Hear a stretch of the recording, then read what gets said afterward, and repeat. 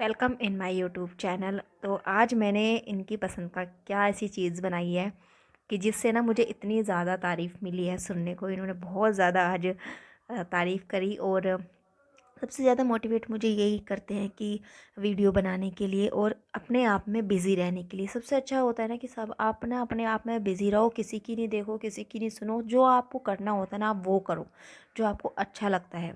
ठीक है, क्योंकि ज़िंदगी में सबसे ज़्यादा काम, सबसे ज़्यादा ज़रूरी है बिज़ी रहना, तो मैं वही करती हूँ। तो मैं ना संडे को किस तरीके से अपना रूटीन बनाती हूँ, किस तरीके से मैं सिलाई के लिए टाइम निकालती हूँ। और बाकी दिनों में तो हो जाता है कि चलो बच्चे स्कूल चले गए और हस्बैंड ऑफिस चले गए, लेकिन संडे का रूटीन मैं आप लोगों के साथ शेयर कर रही हूँ। ठीक है, तो यहाँ पर मैं ना आप लोगों के साथ एक हेल्दी ब्रेकफास्ट की रेसिपी भी शेयर कर रही हूँ और सिलाई से जुड़ी कुछ बातें भी आप लोगों के साथ शेयर करूँगी। तो सबसे पहले सुबह सुबह का टाइम था और मैं यहाँ पर जिस तरीके से मैं ब्रेकफास्ट बना रही हूँ, ये आइडिया मुझे आया ना जब सर्दियों में ना मटर, मैंने अच्छी अच्छी सर्दियों में मटर आ रही थी और मैं चीले बना रही थी एक दिन, बेसन के चीले बना रही थी। तो मैंने सोचा क्योंकि बच्चे सभी के बच्चों के साथ ये प्रॉब्लम होती है कि सब्जियां खाते नहीं हैं। तो मैंने यही सोचा कि चलो मैं ना मटर को पीस के और बेसन में मैंने मिलाया। और उस दिन के बाद मैं सच में बता रही हूँ, आज तक मैं ऐसे ही बनाती हूँ और इतने सॉफ्ट बनते हैं, इतने टेस्टी बनते हैं ना कि बच्चों को लगता है कि इसमें कुछ नहीं डाला, लेकिन आपने उसमें मटर डाली है और जो भी आप गोभी वगैरह भी डाल सकते हो। तो मेरी गुड़िया ना टमाटो नहीं खाती है, तो मैं वो नहीं डालती उसके सामने, वरना मैं खूब सारी आधा किलो मटर मैं पीस के उसमें डाल देती हूँ और इतने टेस्टी बनते हैं। और यहाँ पर मैं उसके में मिला रही हूँ प्याज, क्योंकि वो है ना टमाटो नहीं खाती है। और हरी चटनी मैंने उसके नहीं नहीं मिलाई, मैं काली मिर्च बच्चों के लिए मिलाती हूँ। और यहाँ पर मैंने डाला खूब सारा हरा धनिया। अगर आपके बच्चे हरा धनिया भी नहीं खाते हो ना, तो आप खूब सारा हरा धनिया पीस के भी डाल दो। तो सबसे मेन होता है बच्चों को हेल्दी हेल्दी चीज़ें खिलाना। तो ये एक तरीका है जिससे मैं ना अपनी गुड़िया को जो भी चाहे मैं खिला देती हूँ, इसी तरीके से पीस के उसमें मिक्स करके मैं खिला देती हूँ। और सच में आप एक बार बनाओगे तो आपके सभी जो घर वाले ना, सबको बहुत ज़्यादा पसंद आएगा, आपको खुद को बहुत पसंद आएगा। वैसे हम जो नॉर्मल चीले बनाते हैं ना, वो रख देते थोड़ी देर के बाद, वो थोड़े टाइट से हो जाते हैं। लेकिन इस तरीके से बनाओगे ना, वो टाइट नहीं होंगे, 2-3 घंटों के बाद भी इतने सॉफ्ट बने रहेंगे। और स्पेशली ये है इसमें कि आपको बच्चों को लंच में बना के दोगे ना, बहुत ज़्यादा ये सॉफ्ट रहेंगे और बच्चे फिनिश करके आते। पहले जब मैं बनाती थी ना, मेरी गुड़िया कभी लंच फिनिश नहीं करके आती थी। जैसे सुबह सुबह मैं इसको बना के देती थी, लेकिन जब से मैंने ये बना के देना शुरू करा है, वो पूरा फिनिश करके आते हैं, क्योंकि दोपहर तक भी ना सॉफ्ट रहता है। तो इसी तरीके से मैंने यहाँ पर और चीले बनाए। उनको पलटने में भी ना बहुत ज़्यादा इजी रहता है, आसानी से ये पलट जाते हैं। बस बनाते वक्त आपको एक बात का ध्यान रखना है, इसकी जो किनारी है ना, आपको वहाँ पर घी या ऑयल जो भी आप यूज़ कर रहे हो, मैं यहाँ पर देसी घी का यूज़ कर रही हूँ। तो गुड़िया के बनाने के बाद फिर मैंने इसमें जो है ना टमाटो और मिर्च यहाँ पर मैंने मिला दी थी, क्योंकि बच्चे मिर्च नहीं खाते हैं, तो उस वजह से मैंने बाद में इसमें ऐड करी। फिर उसके बाद यहाँ पर मैंने जल्दी जल्दी से जो भी सारे चीले थे वो टिप्स है ना बनाकर सबके बहुत कंप्लीट ज़्यादा करे। काम आने वाली है। अगर ये टिप्स आपको अच्छी लग रही है ना, तो कमेंट करके ज़रूर बताना कि अगर ये तरीका आपको अच्छा लगा हो तो। और सच में मुझे तो बहुत ज़्यादा अच्छा लगता है। फिर जल्दी जल्दी मैं यहाँ पे काम सारा कर रही थी, क्योंकि मुझे सिलाई भी करनी थी। और सिलाई का ये है कि कस्टमर वगैरह के जो कपड़े होते हैं टाइम से दे दें तो ज़्यादा अच्छा रहता है। तो मैं ना कस्टमर के डिज़ाइन वगैरह भी बनाती हूँ, तो उसमें थोड़ा सा टाइम लग जाता है। और फिर मैं आज सोची थी, क्योंकि काफ़ी टाइम से मैंने ना कुछ भी इनकी पसंद का नहीं बनाया था। और तो ऐसे ही टाइम चल रहा था बस। तो मैंने सोचा कि आज कुछ संडे भी है, घर फिर पे भी मैं हैं, तो तैयारी कर आने चुकी लगी थी थी इनकी साथ के पसंद का साथ ही बनाती दाल हूँ। चूरमा की, क्योंकि दाल चूरमा इनको बहुत ज़्यादा पसंद है। और हमारे यहाँ पे ना दिवाली पे बनता है दाल चूरमा, तो मैं दिवाली पर भी नहीं बना पाई थी और काफ़ी टाइम हो गया था। तो मैंने कहा चलो कुछ थोड़ा इंसान खुश होकर खा ले, उसकी पसंद का बनाए तो अच्छा लगता है ना। तो फिर यहाँ पे मैं दाल चूरमा, और एक तरीक़ा से बताऊँ, मैं दाल को इस तरीके से आप ना अच्छे से उसे साफ़ करके पानी में 2-3 बार अच्छे से मसल के उसको 1-2 घंटे के लिए भिगोने के लिए ज़रूर रखो। क्योंकि जब हमारी गुड़िया का ट्रीटमेंट चल रहा था, तो इस तरीके से जो दाल, छोले, राजमा, चावल ये जो होते हैं ना, इनमें क्रिएटिनिन लेवल बहुत ज़्यादा बढ़ता है, क्योंकि जो इसमें जो पॉलिश वगैरह जो करके रखते हैं उनसे। तो ये चीज़ हमें डॉक्टर ने ही बताई थी, तो मैं तब से इसी तरीके से करती हूँ। और क्योंकि ना दाल को अच्छे से धो के 1-2 घंटे तक भिगो दोगे, तो भीगने के बाद जो भी इसमें केमिकल्स वगैरह हैं वो अच्छे से ना निकल जाते हैं। तो इसी तरीके से भिगो के मैंने रख दिया साइड में। और सर फटाफट से ना मैं चूरमा के लिए आटा गूंदने लगी। यहाँ पर मैंने चूरमे में नमक नहीं डाला है, ठीक है। नमक इसमें जब चूरमा बनाते हैं तो उसमें नमक नहीं डालना है। और फटाफट से मैंने आटा गूंद के रखा। और फिर है ना, मुझे वीडियो भी अपलोड करनी थी, तो उसके लिए मैंने यहाँ पर, क्योंकि मैंने सारा सब कुछ मैं खुद ही करती हूँ। एडिटिंग वगैरह, वॉइस रिकॉर्डिंग सब कुछ मैं खुद ही कर लेती हूँ, क्योंकि मैंने सीखा नहीं कहीं से, ना ही कोई बताने वाला है। बस यूट्यूब से देख देख कर थोड़ा बहुत जैसे भी है सही करती हूँ। कमेंट करके ज़रूर बताना कि मैं सही करती हूँ या नहीं करती हूँ, थोड़ा थोड़ा। क्योंकि चीज़ें जब हम कोई शुरू करते हैं ना, उसमें टाइम लगता है एकदम से, क्योंकि हम किसी चीज़ में एक्सपर्ट नहीं होते, कभी हमने सीखा नहीं होता, नॉलेज नहीं होती कैसे क्या करना है, लेकिन धीरे धीरे इंसान क्या नहीं कर सकता, जब करने पे आता है तो सब कुछ कर सकता है। तो बस वही है, धीरे धीरे करके मैं भी कोशिश करती हूँ कुछ नया सीखने की, कुछ नया करने की, कैसे क्या करूँ जिससे अच्छा और हो जाए, क्योंकि कोशिश करने ही से ही सब कुछ होता है। क्योंकि जब हम कुछ कोशिश ही नहीं करेंगे तो कैसे होगा। तो मैं सब कुछ ट्राई कर रही हूँ कि चलो अच्छा है, अपने आप से धीरे धीरे करके, जब कोई बताने वाला नहीं है, सब बता समझाने वाला नहीं है कि कैसे क्या होता है, तो खुद से मैं यूट्यूब से देख देख के सब कुछ कर रही हूँ।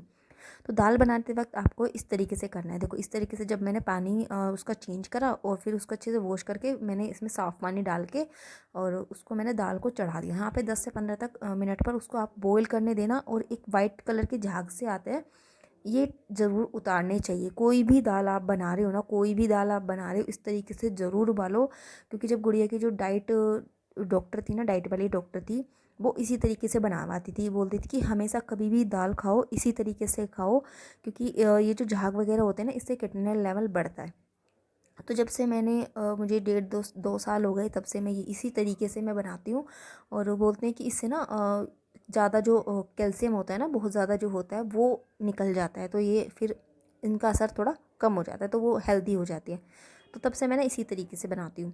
तो यहाँ पे मैंने फटाफट से ना चूरमे के लिए पराठे सेके, फटाफट से ना यहाँ पे मैं यहाँ पर ना मिक्सी में डाल के बनाती हूँ, क्योंकि मैंने हाथ से भी देखा है बनता हुआ, लेकिन मैंने आज तक कभी बनाया नहीं है। पर मैं मिक्सी में डाल के बनाती हूँ। थोड़ा सा ना मोटा, हल्का मोटा सा पीस लो उसको गुड़ डाल के। तो फटाफट से यहाँ पे थोड़े थोड़े से ना मोटे ही पराठे बनाती हूँ, जिससे वो जल्दी जल्दी हो जाते हैं और खाने में बहुत ज़्यादा टेस्टी लगता है। आप बनाकर ज़रूर देखना इस तरीके से। तो यहाँ पे मैंने वो, जैसे देखो, अब मैं यहाँ पे पराठा लूँगी और पराठे के अंदर थोड़ा सा मैं यहाँ पे गरम गरम में ही करना है, ठंडा होने के बाद नहीं। क्योंकि यहाँ पे ना गरम गरम को ही पीस देना, हल्का, ज़्यादा नहीं पीसना है, हल्का खड़ा खड़ा सा ही रखना है। तो जितने भी पराठे हैं मैंने फटाफट से सारे करे और उनको बनाकर तैयारी करे। साइड में मेरे कुरियर भी आ गए थे 2, मैं उनको एक वीडियो शेयर करूँगी आप लोग के साथ। बहुत ही अच्छी है, मुझे बहुत मन है वो वीडियो बनाने का। तो कुछ चीज़ें यहाँ पे मिल गई थी मार्केट में, कुछ चीज़ें नहीं मिली थी, जो कि मैंने मीशो से ऑनलाइन ऑर्डर करी। तो इस तरीके से मैंने यहाँ पर सारी की सारी जो पराठे थे उनमें गुड़ डालकर अच्छे से मिक्सी में कर लिया है। और अब हमें ना इसको हाथ से मिक्स करना है। पे लगता है 8 से 10 मिनट हमें इसके आसपास लगेगा। और सारे जो पराठे मिक्सी में मैंने करे थे उनको डाला। गरम गरम में ही आपको ये काम करना है, हाथ के हाथ करते जाना है और किसी बड़े से बर्तन में ढक के उसको रखते जाना है ताकि वो गर्म रहे। और यहाँ पे डाला है मैंने एक बड़े चम्मच भर के घी। ये घी है ना, मैं घर में ही बनाती हूँ, जो क्रीम वगैरह इकट्ठा करके, मलाई वगैरह, तो मैं घर में ही बनाती हूँ। तो अब इसको हमें अच्छे से मैं इनके लिए या फिर गुड़िया के लिए कुछ भी बनाती हूँ ना, तो उसमें चाहे कितना भी टाइम लग जाए, लेकिन मैं पूरे मन से और अच्छे से बनाने की कोशिश करती हूँ, ताकि जब अगले इंसान के लिए हम बना कर दें और खा के ना खुश हो जाए और फिर बहुत सारी तारीफ़ करते हैं, तो बहुत अच्छा लगता है। संडे का पूरा दिन कैसे निकल जाता है ना, पता ही नहीं चलता। लेकिन जो नॉर्मली जो दिन होते हैं ना, और भी संडे के अलावा, तो उनमें भी ना खुद को इतना बिज़ी रखो कि कोई यही ना कहे कि भाई आपके पास एक्स्ट्रा टाइम है। क्योंकि जब आपको कोई चीज़ आती है, जैसे मुझे सिलाई आती है, तो लोगों को लगता है कि भाई ये तो फ्री है, आसानी से कुछ भी मतलब काम कर ले, सिलाई कर दे। क्योंकि ऐसे बहुत सारे लोग होते हैं जो आपसे फ्री में काम कराने के लिए बैठे रहते हैं। तो भाई क्यों ऐसा जताना कि हम फ्री हैं। हम तो भाई बिज़ी रखते हैं खुद को, ताकि हमारे लिए हमारे टाइम की वैल्यू है, हमारे लिए हमारी वैल्यू है। तो इसलिए हम खुद को बिज़ी रखना बहुत ज़रूरी है। मैं तो खुद को बिज़ी रखती हूँ हर काम में। कोई मुझसे काम कराता भी है तो भैया, जितना मैं बाहर से लेती हूँ उनसे मैं थोड़ा सा कम लेती हूँ, लेकिन मैं अपनी वैल्यू करती हूँ, अपने काम की वैल्यू करती हूँ। क्योंकि अगर मैं अपने काम की वैल्यू नहीं करूँगी तो कोई हमारी वैल्यू नहीं करेगा। तो आप भी ये चीज़ों को ध्यान में रखो। और अगर आपको कोई काम आता है तो उसका आपको मेहनत का आपको लेना चाहिए, है ना। तो इस तरीके से अपनी ज़िंदगी में भी जब कुछ करना है यार, सब इतनी ज़्यादा महंगाई है, इतना ज़्यादा सब कुछ है, अगर हम ऐसे ही अपने टाइम को वेस्ट करेंगे ना किसी के ऊपर, तो कोई आपकी वैल्यू नहीं करेगा। तो इससे सबसे पहले आपको खुद को अपनी वैल्यू करनी होगी।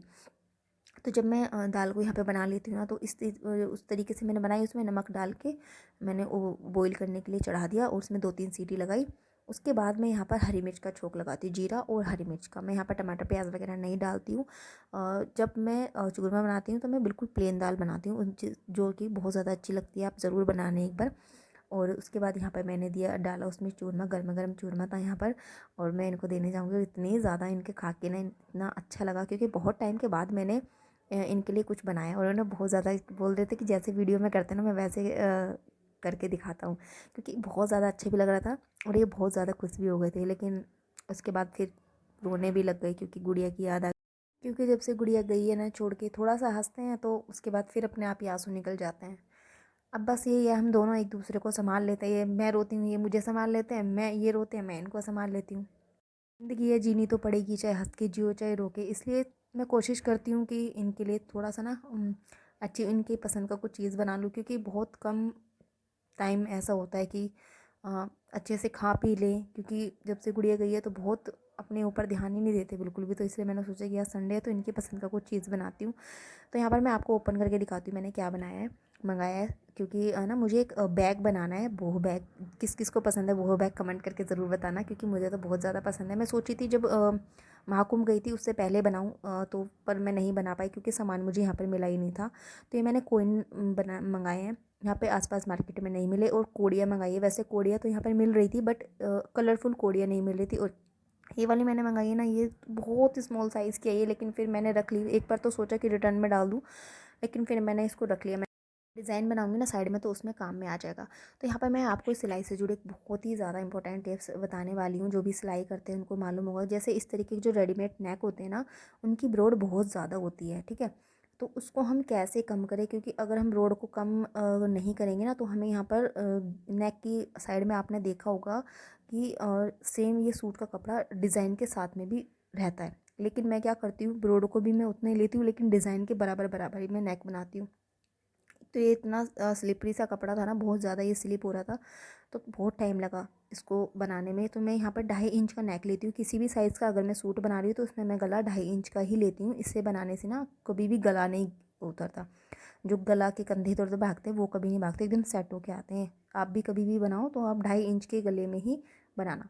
तो उस तरीके से मैं यहाँ पर 2.5 इंच का जितना मुझे गला बनाना है, तो इस तरीके से मैं यहाँ पे इसको नीचे की तरफ मिलाते हुए एक सिलाई लगा दूँगी। और उसके बाद यहाँ पर एक बार मैं चेक कर लेती हूँ कि कितना आया है। यहाँ पे मेरा प्रॉपर 2.5 इंच ही आ रहा है। और जो एक्स्ट्रा कपड़ा है सिलाई के बाद वाला, यहाँ पर मैं इसको काट के कट करूँगी। पहले मैंने बैक पार्ट का तो अस्तर कट कर लिया था, फ्रंट का मैं अस्तर उस टाइम पे नहीं कट करती।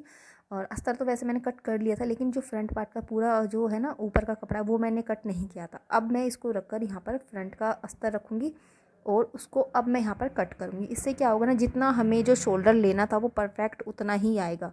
क्योंकि पहले हम लेते तो जो नेक ब्रॉड है वो ज़्यादा थी, उसकी वजह से ज़्यादा हो जाता और डिज़ाइन भी अच्छे से नहीं बन पाता। तो मैं इसी तरीके से जब भी मेरे पास इस तरीके का सूट आता है कस्टमर का, या फिर मैं अपना बनाती हूँ, तो मैं इसी तरीके से ही बनाती हूँ। ये देखिए, तो यहाँ पे मैंने अस्तर को भी लगा लिया, अटैच कर लिया। अब ये जो हमारा नेक है वो बिल्कुल हमारी डिज़ाइन के अकॉर्डिंग ही बनकर तैयार होगा। इस तरीके से बनाऊंगी ना, चाहे कितनी भी ब्रॉड नेक क्यों ना हो, इसी तरीके से आप बनाना और आपका जो गला है एकदम परफेक्ट तरीके से बनकर तैयार होगा, ठीक है। तो मैं जब भी मेरे पास कस्टमर के सूट आते हैं मैं इसी तरीके से बनाती हूँ। सच में इस तरीके से बनाते हैं, छोटी छोटी चीज़ें होती हैं जो सिलाई में आपके ना फिनिशिंग दिखाती है, परफेक्ट दिखाती है। तो लगता है कि हाँ, आप जैसे बुटीक वगैरह पे सिलवाते हो वही लुक आ जाता है। कस्टमर क्या देखता है, फिटिंग देखता है और फिनिशिंग देखता है। अगर फिनिशिंग आप अच्छे से कर दोगे, एकदम परफेक्ट तरीके से बना दोगे ना, तो वो आपको जितने आप पैसे लेते हो उतना ही देकर जाएगा। तो ये देखिए कितना अच्छा बनकर तैयार हुआ है, कितना नेक ब्रॉड होने के बाद भी। तो वीडियो आपको कैसे लगी कमेंट में ज़रूर बताइएगा, चैनल को सब्सक्राइब ज़रूर कर दीजिएगा।